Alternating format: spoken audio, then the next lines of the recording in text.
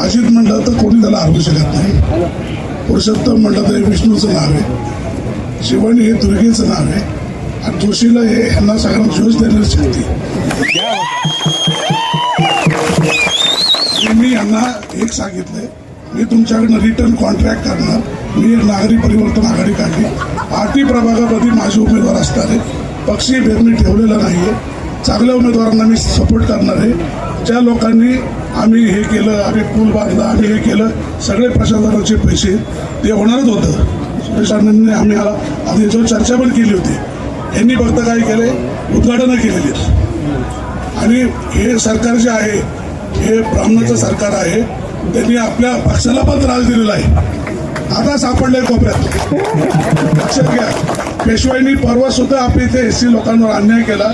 आपले 8 सदस्य गेलेत. एससी लोकांना मी सांगल, या चौघांना सोडून कुठेही मतदान करू नका. आणि यांच्याकडे मी काय कॉन्ट्रॅक्ट करणार आहे, 15 नंबरची मी अख्खी प्रभागाची लिस्ट काढलेली आहे. आणि यांना मी तुमच्यासमोर ग्वाही देतो, यांच्याकडे मी सह्या घेणार आहे. आणि यांनी जर सुधारणा नाही केली तर यांच्या विरुद्ध पण आंदोलन करणार. आणि मैत्रीचं आंदोलन असं असतं, त्यांनी बघितलं, त्यांना सगळ्यांना माहिती आहे मी पैशासाठी राजकारण करत नाही. मी 5 वर्ष ग्रामपंचायतीमध्ये माझी बायको सदस्य होती. मी यांच्या ग्रामपंचायतीचा चहा पण नाही पिला.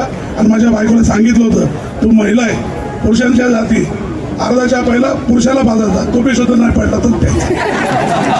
कारण मी या गावात आता मी 5.6 वर्षाचा होतो. काय स्त्रियांनाच त्रास झालेला मी डोळ्यांनी बघितलेलं आहे. मी बाहेरगावचा माणूस आहे, 250 किलोमीटरहून आलोय, म्हणून 150 किलो वजन ठेवले. मी सगळ्यांना शुभेच्छा देतो. आता तुमचं सगळ्यांचं निवडून आली जबाबदारी माझी आहे. शिवराज घोलेला मी पाडायचं कारण सांगतो, जाहीरपणे सांगतो. शिवराज घोलेला मी जाऊन भेटलो. आम्ही त्यांना म्हटलं, तुम्हाला जर तिकीट नाही मिळलं तर अपक्ष म्हणून लढला तर माझ्या पत्नीला घेताल का?